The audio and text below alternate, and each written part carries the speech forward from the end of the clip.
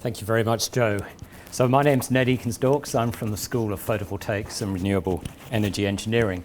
And this, the Photovoltaics Research Group was actually founded by Professor Martin Green over 40 years ago and lived in this building for several decades. So I think it's fitting that we're holding this meeting back in electronic engineering. We've grown to such a huge size now. There's now 2 buildings and over 200 people. So there's a sort of academically orientated building where I sit in the Tyree Energy Technologies, and then the Solar Industrial Research Facility where we engage with industrial projects. So I thought I'd start by just talking a little bit about why we're interested in EVs. And of course, one of the reasons is because we can reduce CO2 emissions. But just how many CO2 emissions are there associated with transport? Turns out it's 23%.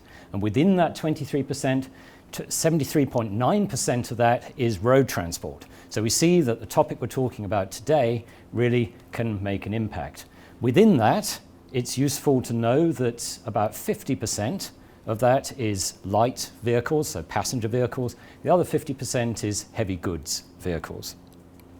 I'd like to put forward, though, another motivation, and that's energy security, because Australia imports 90% of its refined fuel.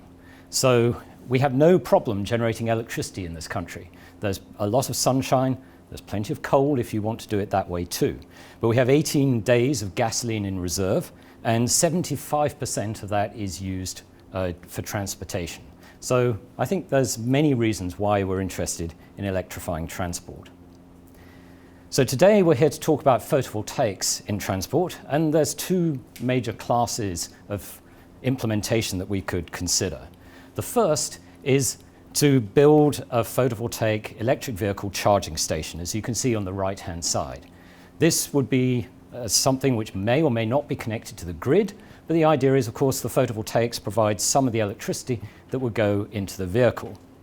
You'd probably also need battery storage associated with this. So this is a sort of probably what you'd think about if you're thinking about powering electric vehicles from photovoltaics. What I'm going to spend my presentation talking about, though, is the opportunity of actually integrating photovoltaics on the vehicle itself. So as Joe has already said, you know, the vehicle is like a mobile storage unit for electrical power. Now, if we put PV on the roof, it's also a mobile generation unit too. This opportunity I would credit Toyota with really waking us up to. They performed some fairly early demonstration projects. So they took a Toyota Prius and they covered it in crystalline silicon panels. Now, Professor Green has coined this solar armor, and I think it's, it describes what Toyota did. They literally plastered that Prius with crystalline silicon panels and they drove it about. So there's real world data associated with this vehicle that we can look at. They've since made a more efficient prototype, has much more efficient cells just on the roof and on the bonnet. Interesting question then is, well, how much range did they get from these photovoltaic technologies? Well, for the one on the top, they get about 30 kilometers a day on average in Japan.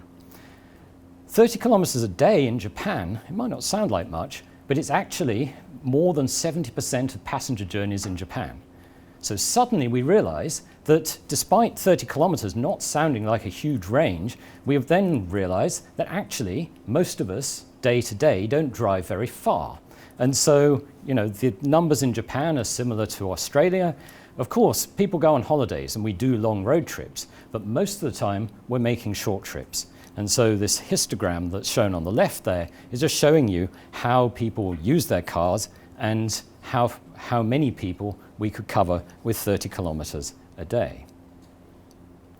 So now let's generalize this and say, okay, well, you know, in engineering we like data and we like mathematics, we like graphs.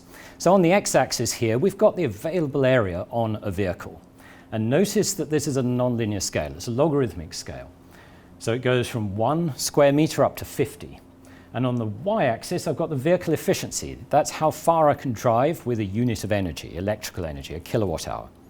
And so now what we're going to do is decorate this with different vehicles. So I've got various contours here, 20 kilometers a day, 100 kilometers a day, 300 kilometers a day. We could play a party game, like pin the tail on the donkey here if we wanted to, but I'll make it easy for you and show you where Toyota sits. So typically, electric vehicles, you know, a Tesla or Nissan Leaf is going to give you an area of about sort of 2 to 4 square meters, and they've got a drive efficiency of about sort of 5, 10. Toyota actually do very well with the Prius, 17 kilometers per kilowatt hour. Then we've got heavy goods vehicles. The efficiency of those is lower, but conveniently, by accident, of course, the area compensates for that. So for heavy goods vehicles, we also see we're on 20 kilometers per day, using existing technology in Sydney. Now, it's also interesting to think, okay, well, how far could we go on this? And so this data point is the vehicle that's sitting outside that you might have seen when you registered. It's the violet vehicle that the SunSwift team built here for the solar car race. It achieves 33 kilometers per kilowatt hour. So we can see that even a student racing team manages to do quite a bit better in terms of vehicle efficiency than conventional car manufacturers, but suggesting that maybe we could do better with vehicle efficiency. Interesting though, if you consider what the world record is, the world record was set by Duke University and sits at over 1,000 kilometers per kilowatt hour. Okay, that really shows us what is potentially possible with vehicle efficiency. So, if we're interested in how we could increase this range from the 20 kilometers per day, which Toyota has demonstrated that we could achieve today, well, obviously we could increase the vehicle efficiency. I'm a photovoltaic specialist, so I'm interested in increasing the efficiency of photovoltaic cells. If I can get more electricity out of the same surface area, then that's something that I'm interested in. And of course, we can also increase the area that's available for collecting power. So at the moment, I'm talking about only putting photovoltaics on the roof or the bonnet. But Professor Martin Green's got some very nice ideas for what he calls solar paint. This would be a photovoltaic technology that could be conformally coated over the bodywork of a vehicle. This is somewhat challenging. There's an interconnection technology that would need to be demonstrated, but this is the direction in which photovoltaics research can go now that we've realized our dream of getting cheap electricity for people's rooftops. So this is one of our research challenges. I'll just calibrate you slightly as to where we are with photovoltaics. So I've just mentioned that photovoltaic technology is very cheap. And so that's what I'm calling conventional flat plate photovoltaics. And notice once again on this chart, I've got one of these non-linear logarithmic scales on the x-axis going from 10 cents per watt up to $100 a watt. Okay, so cost increases very, very steeply as I go from left to right. And efficiency is on the y-axis. So we see the conventional panels that you're familiar with, maybe you even have them on your roof. They're sitting around about sort of 20 cents per watt to purchase, and they're about 20% efficient. Right at the other end of the spectrum is something called 3.5 multi-junction, which is super expensive at over $100 a watt and gives us efficiencies up to 47%. We would use a crystalline silicon or one of these sort of conventional flat plate panels, of course, in a photovoltaics solar farm or indeed on rooftops. We use these super high efficiency cells on spacecraft and increasingly now on aircraft. So Airbus demonstrated a new flight endurance record last year. It's called Zephyr. You can read about it. They flew for 2 weeks at 80,000 feet without any fuel. It flew using sunlight, and it uses these high performance but admittedly quite expensive solar cells. So the challenge for us as photovoltaics researchers is to make technologies that sit here in the middle. We need something that's affordable, but importantly, it doesn't need to be super cheap as the conventional flat plate photovoltaic technology is today. So what else are we doing at UNSW? Well, here's Bondi Beach. I'm showing you this because we have a car park and we have a lot of vehicles sat there in the sun. This is almost an ideal place to charge your solar electric vehicle. But of course, in reality, the sunshine that a vehicle is going to receive is going to be a bit more complicated than this. This is the best situation. Your vehicle is very likely also to be parked in residential streets where people have trees or maybe garages. So, obviously the amount of sunshine that's available is going to be less in situations like this. So, partly to address this, we've built an autonomous data logger. And the aim of this is to crowdsource data from cars that are just driving around doing their regular business, because actually trying to understand or to measure the amount of sunshine that vehicles really receive is not quite so straightforward in this case.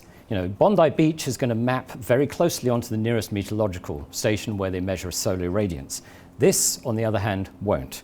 So you've got a whole load of factors here. So how people will behave, how they drive their vehicles, whether they choose to park in the sun or the shade, and so on. So our little irradiance monitor is our way in which we are measuring this. And we've formed a little company to manufacture these, supply them not only for our own project, but also internationally as part of the International Energy Agency's 17th task on PV and transport.